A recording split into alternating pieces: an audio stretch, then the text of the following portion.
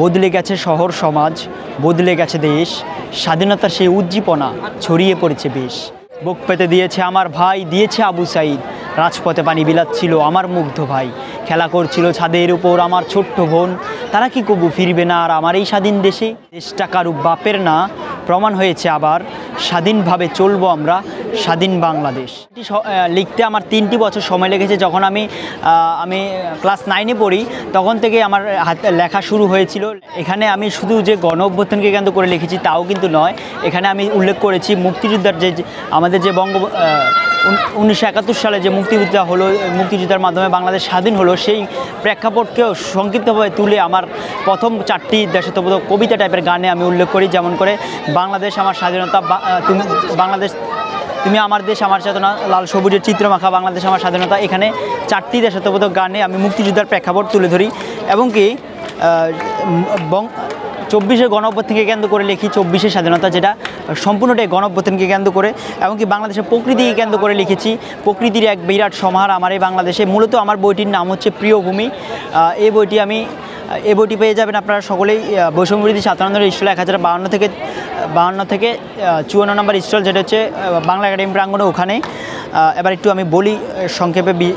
প্রথমে আমার বইটির নাম প্রিয় ভূমি। একটি উক্তি আছে, দেশ আমার স্বাধীনতার অস্তিত্বকে বহন করে, দেশই আমার গর্ব, হ্যাঁ আমি বাঙালি, আমি বাংলাদেশি। সো আমি বেশি কথা না বলে আমি গণঅভ্যুত্থানকে কেন্দ্র করে লেখা 24শে স্বাধীনতাটা একটু লাইন আপনাদেরকে শোনাই, তাহলে বুঝতে পারবেন আমার লেখাটা কেমন হয়েছে।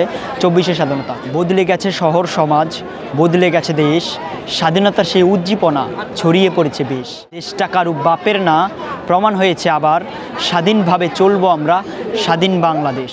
স্বাধীনভাবে চলবো আমরা, স্বাধীন বাংলাদেশ। রক্তের বিনিময়ে পাওয়া 24শে স্বাধীনতা, তা তো কবু বলা যায় না, সে তো বিরল এক ইতিহাস। কত ভাইয়ের গেছে প্রাণ, গেছে কত রক্ত, সব কিছুর বিনিময়ে পাওয়া 24শে স্বাধীনতা।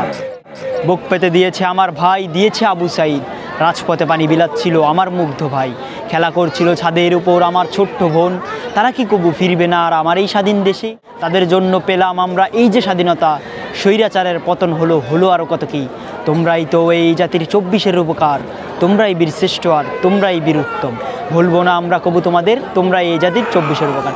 এটা ছিল 24শে স্বাধীনতা। আর মূলত এই বইটা লেখা হচ্ছে, এই বইটি আমি সকল দেশপ্রেমী ও সকল শহীদদের নামে উৎসর্গ করেছি, যেমন করে যারা নিঃস্বার্থভাবে দেশকে ভালোবেসে গেছে তাদেরকে শত সালাম। লিখতে আমার 3টি বছর সময় লেগেছে। যখন আমি ক্লাস 9-এ পড়ি তখন থেকে আমার হাতে লেখা শুরু হয়েছিল।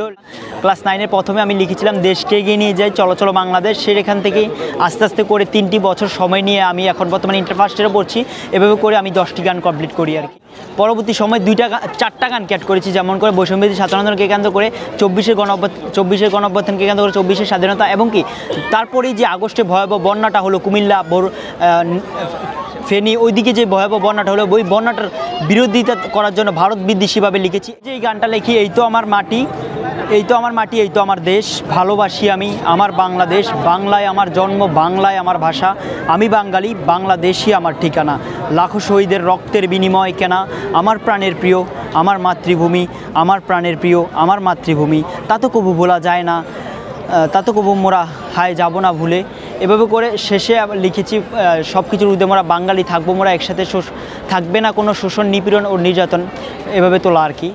এ হচ্ছে প্রিয় ভূমি। শেষে একটু উক্তি আছে, দেশ আমার স্বাধীনতার অস্তিত্বকে বহন করে, দেশে আমার গর্ব, হ্যাঁ হ্যাঁ আমি বাঙালি, আমি বাংলাদেশি।